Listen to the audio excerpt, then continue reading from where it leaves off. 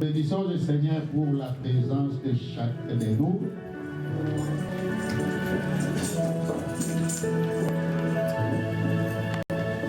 Vous savez, bien-aimés dans le Seigneur, on ne peut utiliser que quelque chose qui est utile. Ce qui n'est pas utile, c'est inutile, on le jette. Mais si le Seigneur nous utilise, c'est que nous sommes utiles devant lui. Cela veut dire que c'est un privilège que le Seigneur puisse vous utiliser, puisse nous utiliser dans son royaume.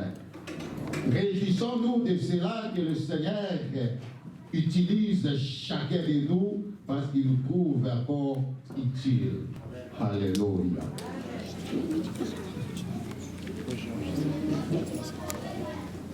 Nous avons eu une nuit de prière ici le vendredi de 21h à 23h45 avec les responsables des départements. Et c'était un moment merveilleux. Le Seigneur était présent et je bénis Dieu pour la génie de nos amis qui sont dans la communication. On ne savait pas, ils ont eu le soin d'enregistrer cela. Que Dieu vous bénisse. Ça va être un support très important pour nous qui sommes responsables des départements. Et tout cette semaine, j'ai beaucoup donné, je devrais écrire pour préparer le manuel des responsables des départements, préparer les différents cultes. Et je bénis le Seigneur qui me donne encore la force ce matin d'être debout au milieu des foules. Nous sommes séparés ici après 21h45, 23h45 avec les responsables des départements. Je suis arrivé à la maison après minuit. Et quand je suis monté au lit, je voulais dormir. J'attendais l'Esprit de Dieu me parler de quelque chose de l'incrédulité. Et je fais un effort de rentrer sous la couverture, mais ça revenait. Je ne comprenais pas quoi. Et il y a un nom qui était venu dans ma tête. Et là, je me suis levé, j'ai commencé à écrire. Moi-même, je m'étais dit que je ne vais plus me donner la peine de préparer le message parce que pour ceux qui étaient là le jeudi, il y a un message que nous avons commencé et j'avais dit que nous allons continuer ce dimanche. Et j'ai écrit juste les grandes lignes. Je me suis dit que j'ai toute la journée de samedi, je vais préparer le message par rapport à ce que Dieu s'est révélé à moi. Et hier, toute la journée, je ne suis même pas sorti. J'étais toute la journée dans la chambre. J'ai préparé pour la première fois. Jusqu'à la fin, j'ai relu, je veux le dire non. J'ai tout effacé, j'ai recommencé. Deux fois, troisième fois, je me suis dit que non. Ça va être le poids de la fatigue. Et j'ai peut-être beaucoup donné. Et j'ai prié Dieu que je vais me reposer. Et lui-même nous parle. Du reste, je lui avais dit que ce n'est pas ce que nous écrivons qui est utile, mais c'est ce que lui-même nous donne. Et ce matin, nous allons prendre nos Bibles pour lire dans Jean.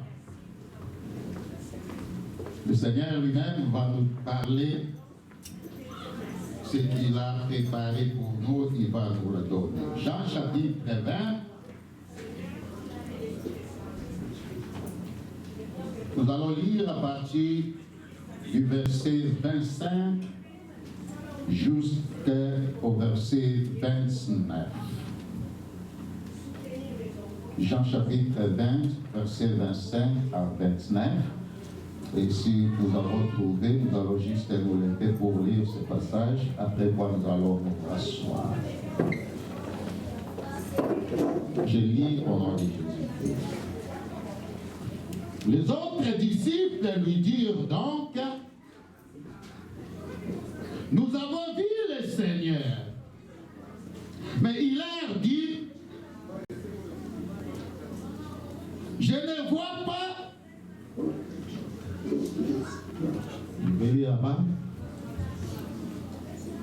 Nous avons vu le Seigneur.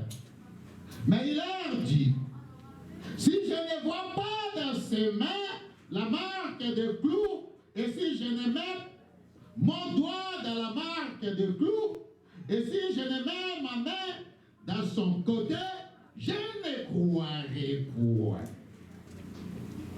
On peut continuer? 8 jours après, les disciples de Jésus étaient de nouveau dans la maison et Thomas se trouvait avec eux. Jésus vint, les portes étant fermées, se présenta au milieu d'eux et dit, la paix soit avec vous. Puis il dit à Thomas, avance ici ton doigt et regarde mes mains. Avance aussi ta main et mets-la dans mon côté et ne sois pas incrédule, mais crois. Thomas lui répondit, mon Seigneur et mon Dieu.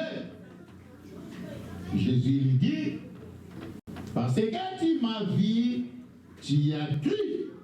Heureux ceux qui n'ont pas vu et qui y ont cru.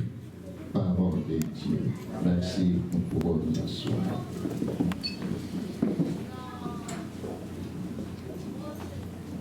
Et le thème que nous allons donner à notre réflexion de ce matin, nous le titulons comme suite. Ôter l'incrédulité. Ôter l'incrédulité. L'incrédulité, bien aimé dans le Seigneur, est définie comme étant la marque de foi. Un incrédule est celui qui ne croit pas, celui qui doute. C'est un défiant ou quelqu'un qui craint continuellement d'être trompé. C'est aussi quelqu'un qui soupçonne tout. C'est le synonyme de scepticisme. Scepticisme qui est le refus d'admettre une chose sans examen critique.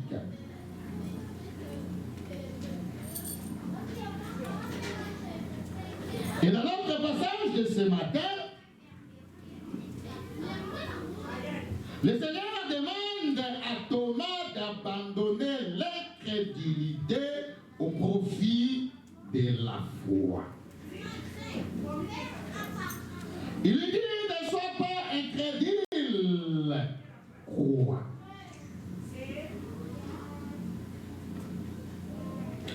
Et aujourd'hui, Thomas répond, mais si ceci a été écrit, c'est pour nous. C'est pour nous qui sommes vivants.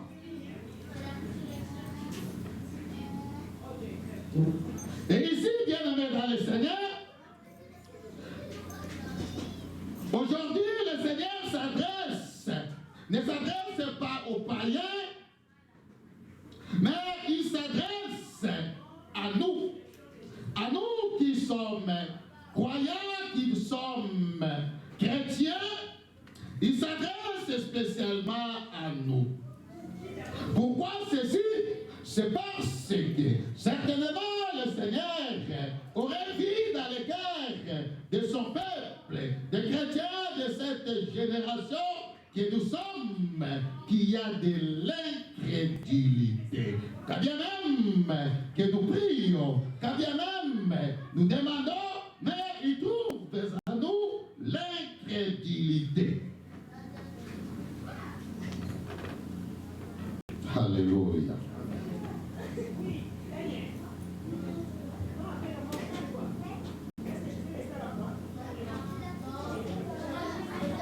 Thomas, pour ceux qui ne le savent pas, était du nombre des 12 apôtres du Seigneur Jésus-Christ. Thomas avait suivi le Seigneur Jésus-Christ durant tout son temps, son temps de ministère sur la terre. Thomas avait vu comment le Seigneur Jésus-Christ accomplissait ou avait accompli plusieurs choses, plusieurs miracles. Il était là, il le suivait, il voyait. Il était le témoin oculaire. Parce que lorsque le Seigneur accomplissait ces choses, Thomas était présent. Il a vu le Seigneur guérir toutes sortes de maladies. Et même les maladies dites incurables. À leur époque, par exemple, il y avait des maladies comme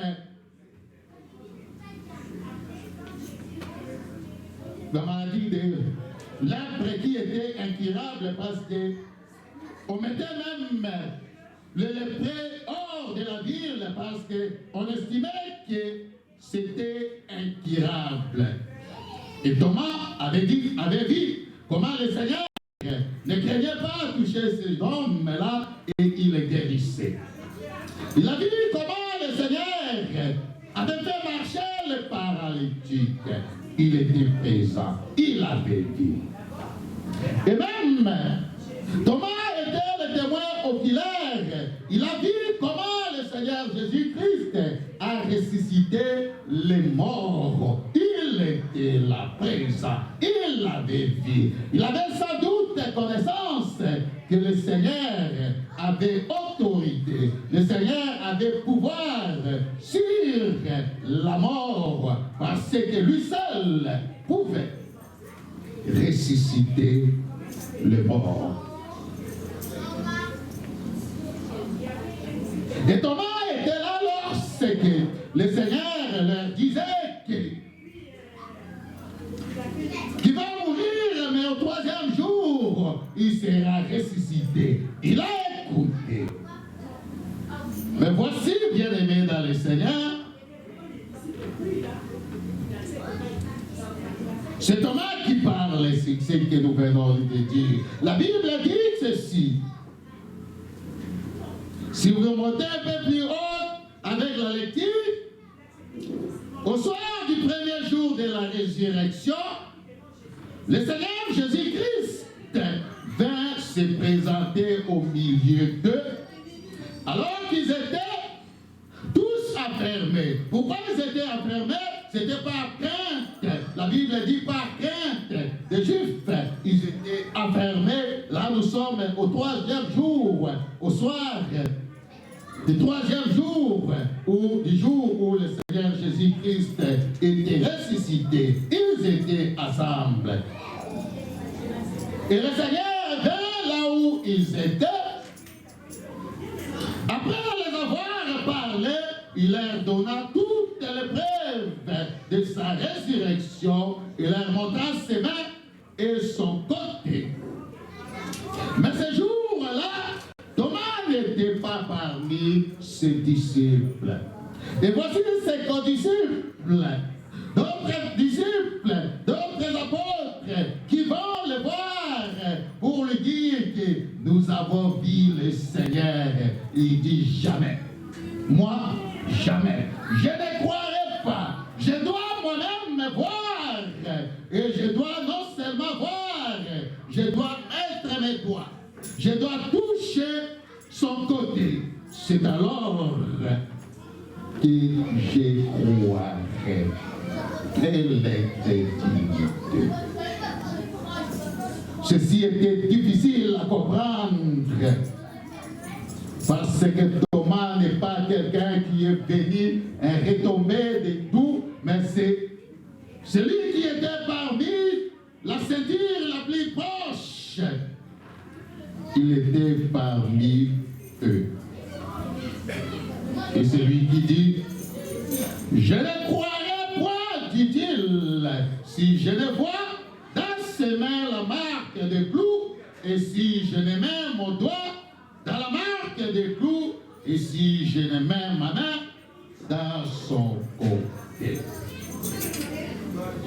Non seulement qu'il a refusé à croire à ses condisciples, il a refusé à croire aux autres apôtres, mais aussi il a renié en quelque sorte la résurrection du Seigneur Jésus-Christ, à dire je ne crois pas.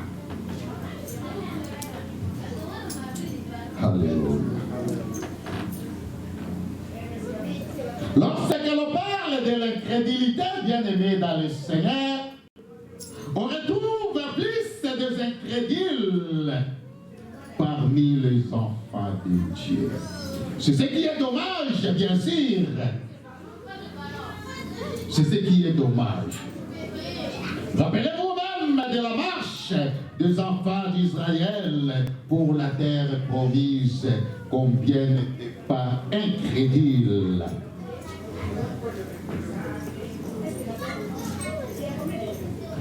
Le comportement de cet apôtre, qui était cependant près de Jésus,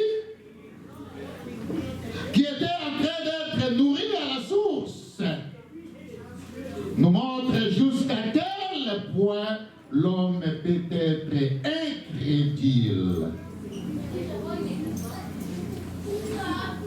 Et aujourd'hui encore, plusieurs parmi les chrétiens qui écoutent la parole de Dieu, qui voient ce que Dieu accomplit dans son Église, sont incrédules. Ils ne croient pas. Thomas, qui attendait régulièrement le Seigneur et qui a vécu tout ce que le Seigneur avait accompli, a refusé de croire à la résurrection de Jésus-Christ.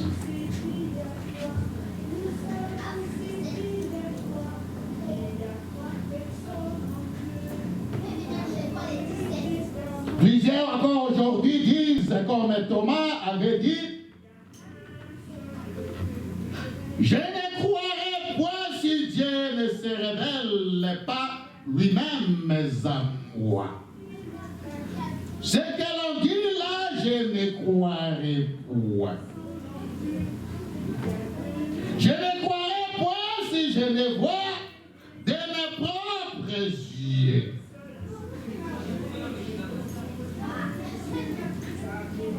Écoutez, bien-aimés dans le Seigneur, vous qui cherchez la révélation de Dieu, je ne sais pas comment, Dieu s'est révélé dans sa parole. Dieu s'est révélé dans sa parole.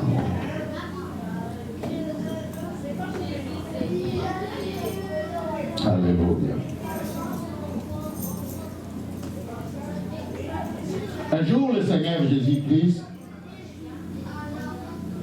parce que si vous ne croyez pas, si nous ne croyons pas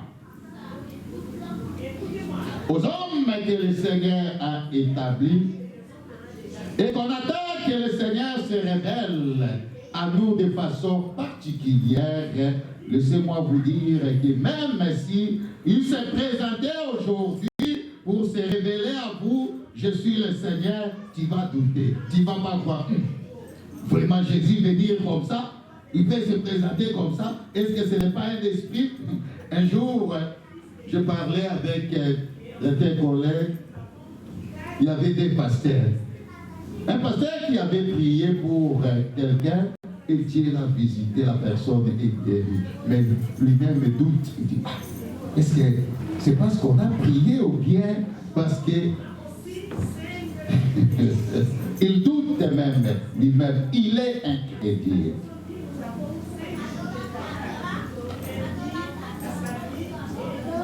Le Seigneur Jésus-Christ avait donné un parabole un jour à ses disciples. C'est une parabole. Hein?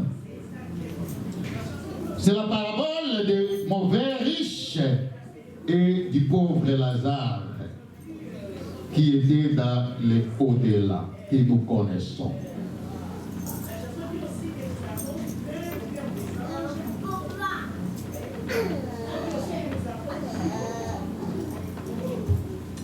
Les riches, voyant Lazare à côté d'Abraham, alors que lui était en train de souffrir dans l'abîme, il dit: Père Abraham, envoie Lazare, je vous épargne de ce qu'il avait demandé à boire.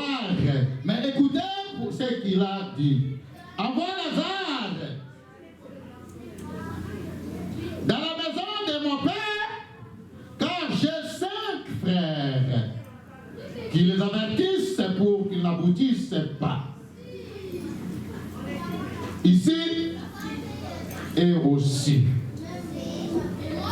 dans les tourments où je suis.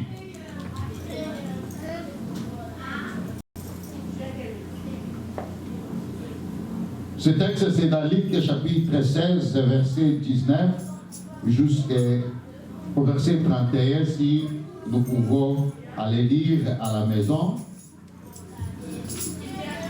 Donc, ces riches étaient dans les tombes, et Lazare était aux côtés de Père Abraham. Là où Lazare était, c'était dans le bonheur, dans un lieu de calme. Et les riches, qui pourtant négligeaient Lazare, étaient dans les tombes. Il se rend compte maintenant qu'il est dans un endroit qui n'est pas bon. Après avoir demandé si on pouvait lui venir en aide, Abraham lui dit que ce n'est pas possible. D'ailleurs, il y a un abîme entre nous et là, de façon que personne ne peut y arriver. Il regrette et il dit: avoir Lazare, qu'il aille le fisc dire à mes frères, il y a encore 5 frères dans la maison de mon père, qu'ils se convertissent, qu'ils agissent bien pour ne pas se retrouver un jour là où je suis dans l'abîme. C'était ça sa demande. Mais écoutez ce que Abraham lui avait répondu dans le verset 29 jusqu'à 31, nous sommes dans Luc chapitre 16. Abraham lui dit ceci: tes frères ont Moïse et des prophètes qui les écoutent. Il dit: non, Père Abraham, reprit le riche. Non, Père Abraham. Mais si quelqu'un vient de ce jour de mort et va les trouver, ils changeront. Mais Abraham répliqua, il dit: s'ils n'écoutent pas, s'ils n'écoutent ni Moïse, ni le prophète, ils ne se laisseront pas davantage convaincre par un mort revenant à la vie. Alléluia. Pourquoi ceci, bien-aimé dans le Seigneur? C'est pour dire que le Seigneur nous parle au travers de sa parole. Le Seigneur s'est révélé au travers de sa parole. Et même si aujourd'hui on prophétisait sur toi, oui, mais toute prophétie qui va aller à la contre de la parole de Dieu, ça mérite un examen. Sinon, ce n'est pas une bonne prophétie. Tout c'est dans la parole de Dieu. Alléluia.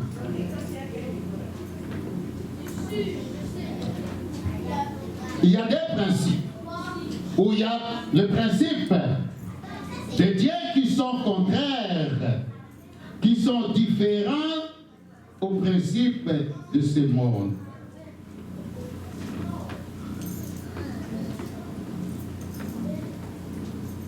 Si pour les royaumes de ce monde, il y a un mot d'ordre qui dit il faut d'abord avoir pour croire.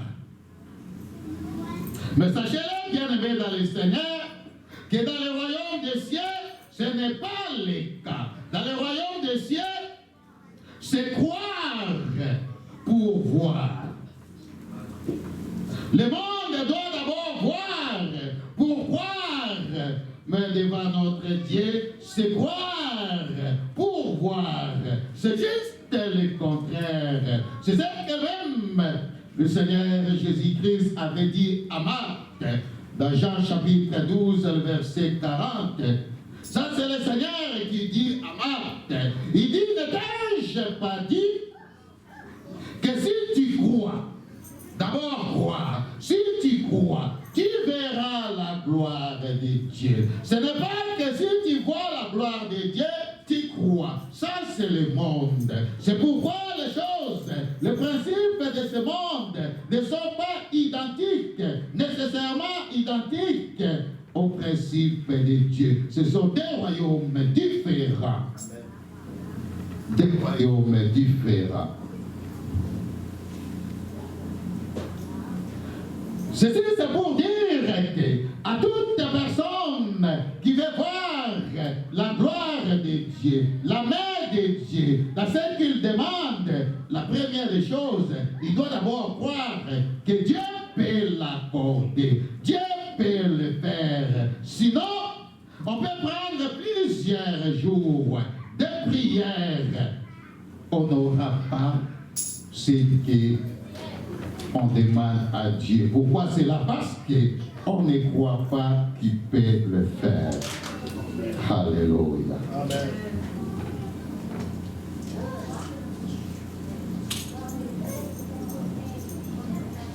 J'aimerais dire à quelqu'un, c'est une perte de temps inutile de venir à l'église et de passer plusieurs années en train de prier, mais on n'a pas la foi. C'est une chose vraie, qu'on peut être à l'église, à côté du Seigneur, pendant plusieurs années, mais on ne croit pas. C'est ce que Thomas a fait. Il était toujours à côté du Seigneur, en train de recevoir, mais il s'y faisait seulement 3 jours que le Seigneur n'était pas avec eux. Il revient, il dit non, non, non, non, je ne crois pas. Oh, mais je vous avais dit que je vais résister à 3 jours. Non, non, non, non, non. Bon, je dois d'abord voir. Non seulement que je dois d'abord voir, je dois toucher moi-même. Toucher et mettre les doigts. Ah oui, la flou qu'on avait mis là-bas, ça a telle dimension. Je mets les doigts, ça se ressemble, c'est vrai. C'est pour dire que Thomas avait encore le principe du royaume de ce monde et non le principe du royaume des cieux qui demande la foi. Alléluia. Je disais que sans la foi, tu peux bon prier, mais tu n'obtiendras jamais ce que tu cherches. Bien-aimé dans le Seigneur, c'est même une des raisons où vous voyez, il y a plusieurs personnes, des fois changent d'église, d'une église à une autre, pensant que c'est la force de tel pasteur, il est très puissant, quand il parle, c'est lui qui va accomplir. Non, bien-aimé dans le Seigneur, tout pasteur, tout serviteur est un simple instrument. Il ne fait rien. C'est Dieu qui agit. Et Dieu agit par rapport à votre foi et à la foi de son serviteur qu'il peut faire, il peut agir. C'est ça que Dieu agit. Écoutez, je vais vous donner un exemple. Il y a un homme qui avait amené son fils auprès des disciples de Jésus-Christ. Son fils souffrait de l'épilepsie, qui le faisait tomber soit dans les fers, soit dans l'eau. Il l'a amené. Il a amené auprès des disciples et il a supplié aux disciples, si vous pouvez me guérir, priez pour eux. Et les disciples ont prié, ont prié, ont prié. Je dis bien les disciples qui étaient avec Jésus-Christ, les apôtres, ils ont prié, ça n'a pas été. Je ne sais pas c'était à quel endroit, certainement couvert de honte. Ça n'a pas marché. Et finalement, l'homme en question, nous allons lire, c'est dans Matthieu chapitre 17.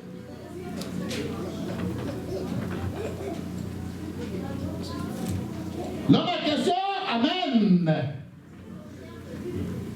son enfant auprès de Jésus. Chapitre 17, le verset 19 au 20 et 20. Nous allons seulement lire cette partie.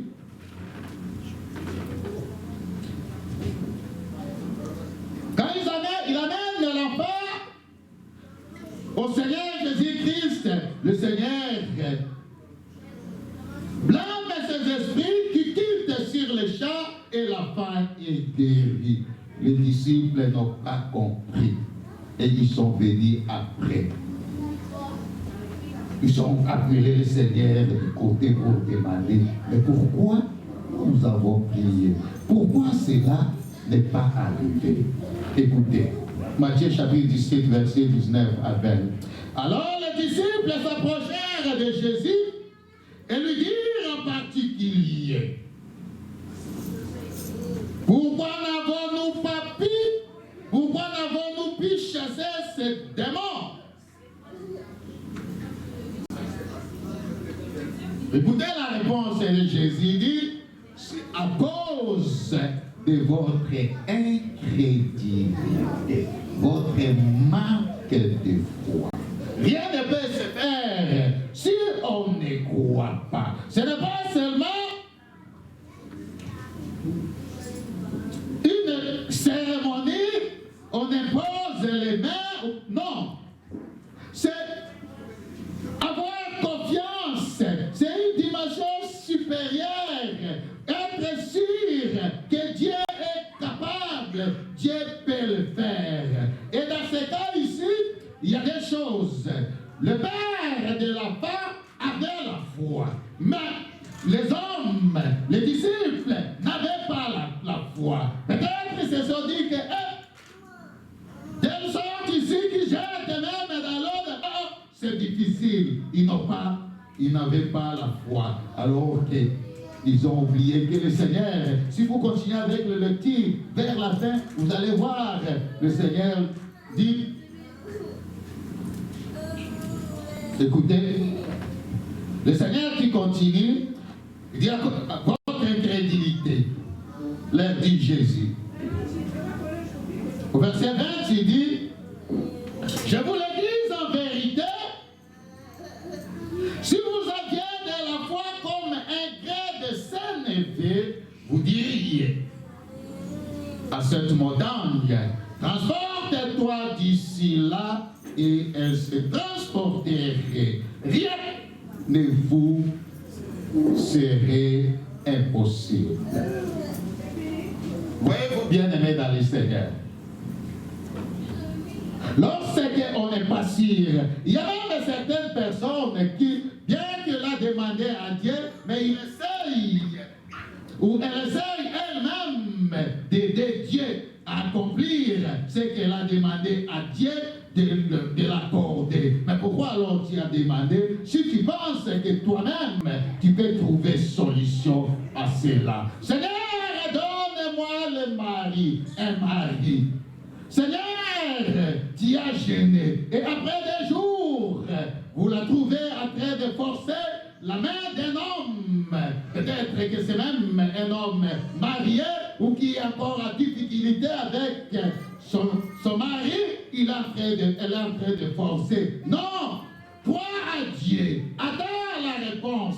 Toi, tu as demandé, n'était pas Dieu accomplir ta demande. Ça ne doit pas se faire comme ça. C'est là, si ça se faisait comme ça, ça prouve qu'on n'a pas foi. On ne croit pas que Dieu de lui-même peut donner solution à ce que je lui ai demandé.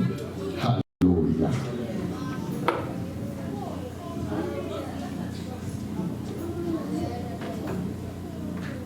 Hébreux chapitre 11, verset 6 dit ceci.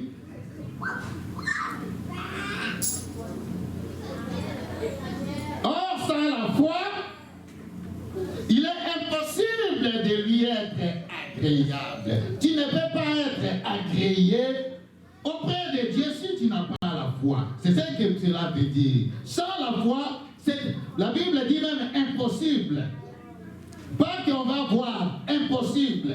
Il est impossible, sans la foi, de lui être agréable.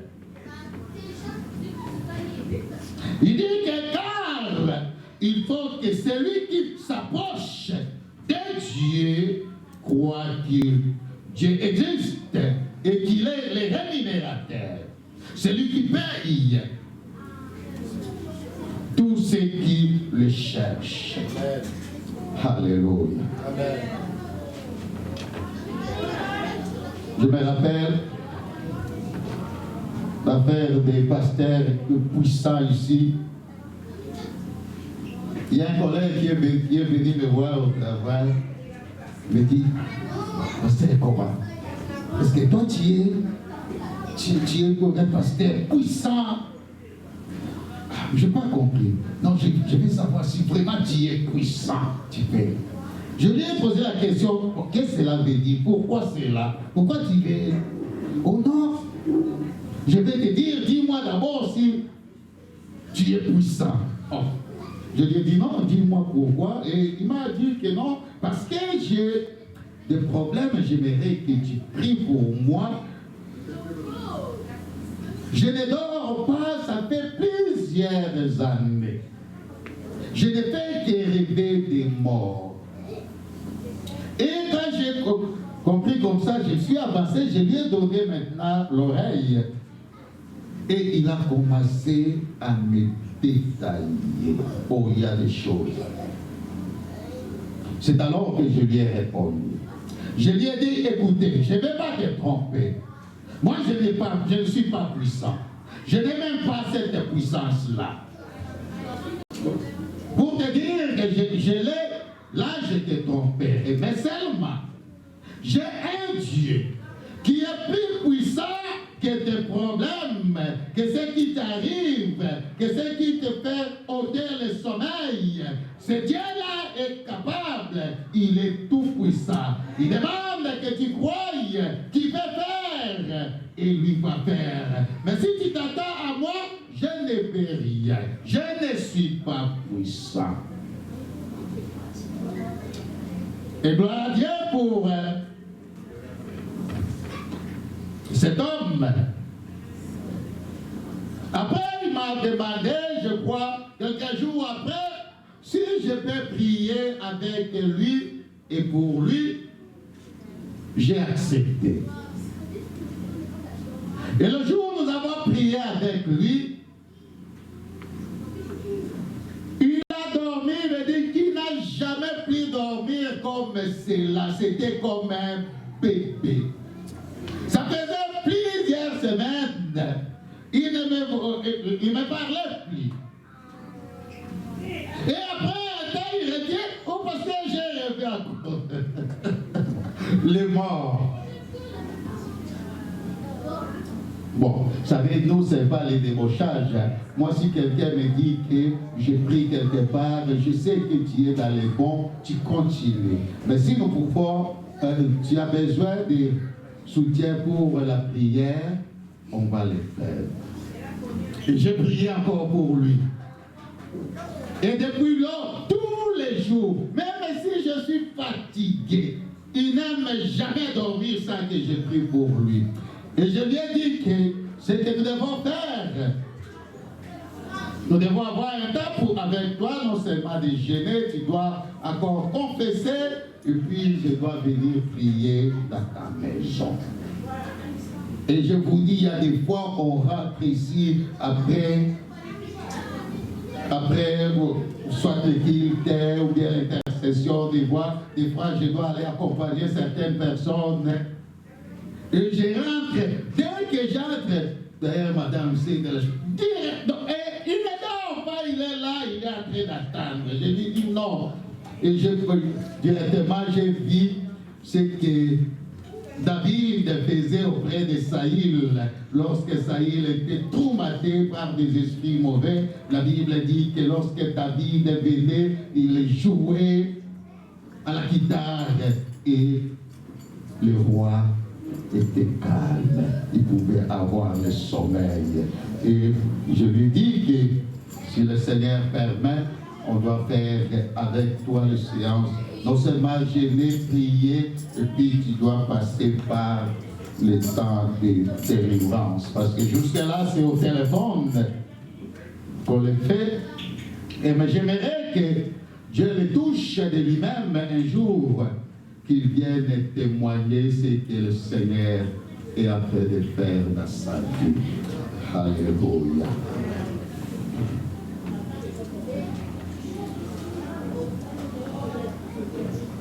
Il y a des chrétiens, comme je le disais tantôt,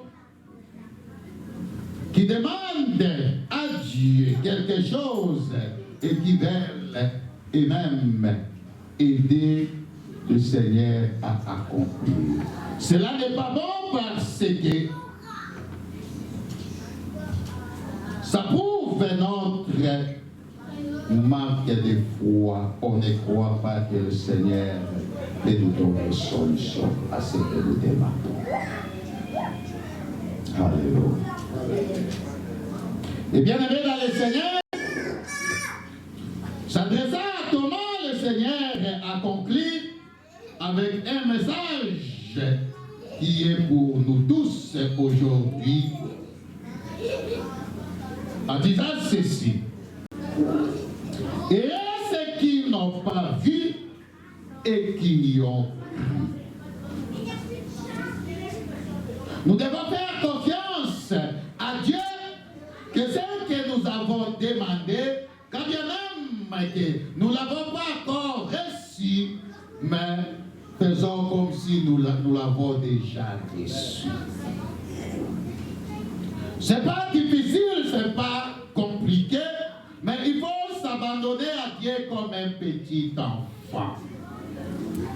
On croit même là où on ne peut pas croire. Le tout petit là, tu peux lui dire que je t'achète la voiture demain. Ils vont croire. Ils croient à la parole. Et d'ailleurs, comme la mienne est là, demain elle vient te rappeler. Mais papa, tu avais dit que tu vas m'acheter la voiture. Et pour elle, elle sait que je suis capable de tout. Même si moi-même, je sais qu'il n'y a rien dans les comptes. Mais pour elle, ce n'est pas son problème. Dieu veut que nous puissions nous approcher de lui comme ces petits enfants. Il ne doute pas. Alléluia. Vous êtes heureux ce matin? Vous qui croyez en Jésus-Christ, sans chercher de voir les preuves tangibles, comme a cherché Thomas. Heureusement pour lui, il s'est répandu en disant, mon Seigneur et mon Dieu.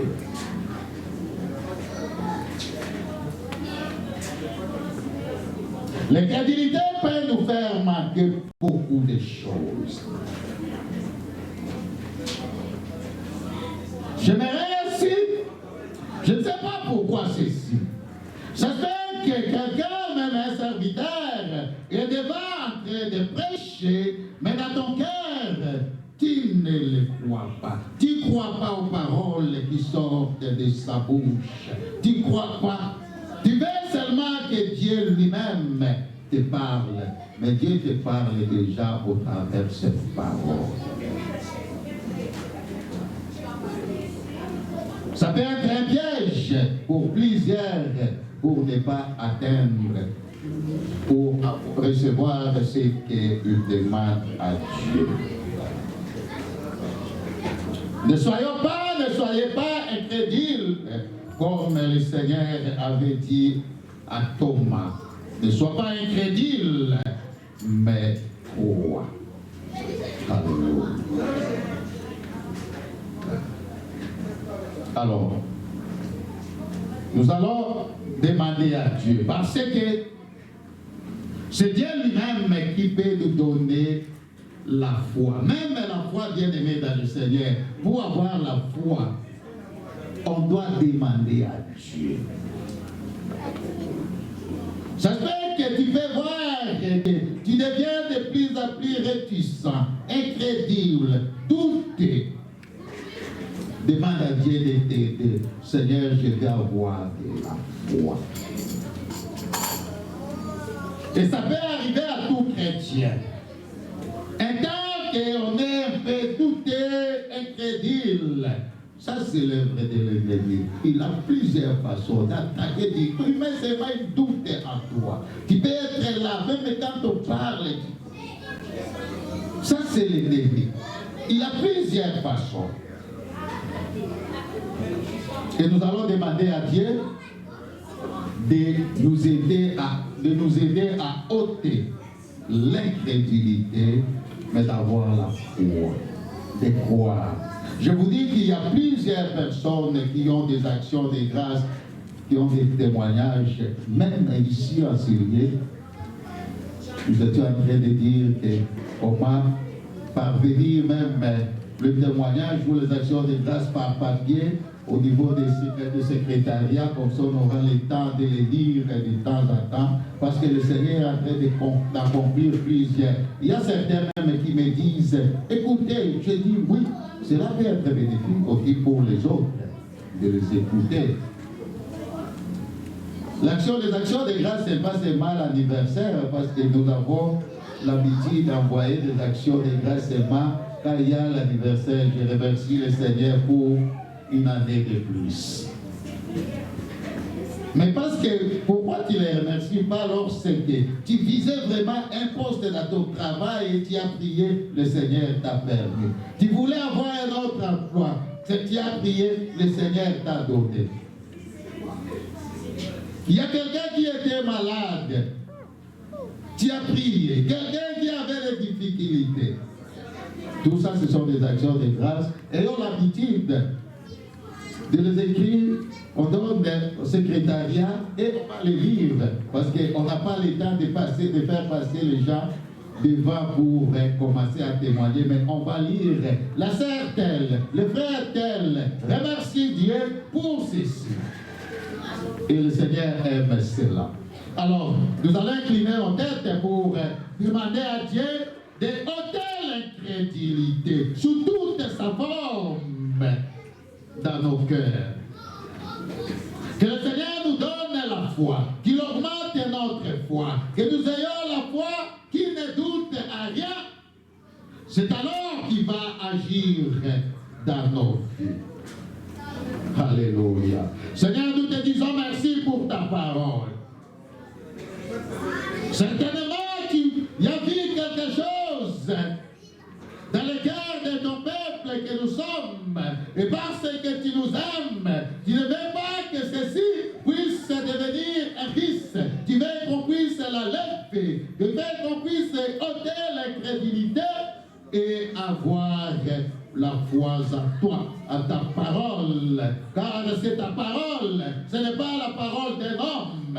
Seigneur, augmente ma foi. Augmente la foi de chacun. Augmente la foi de ton peuple. Nous voulons, Seigneur, te faire confiance aveuglément. Nous ne voulons pas voir avant de croire. Nous ne voulons pas parler avant de croire. Nous voulons croire, voir.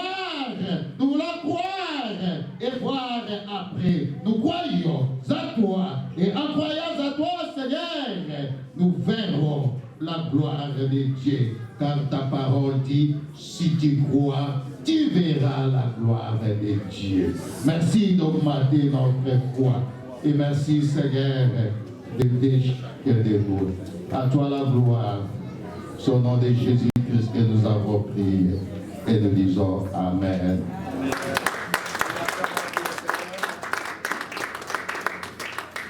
Le Seigneur est merveilleux. Merci, Papa Paul, pour ces merveilleux messages. Que l'Éternel vous bénisse. Nous allons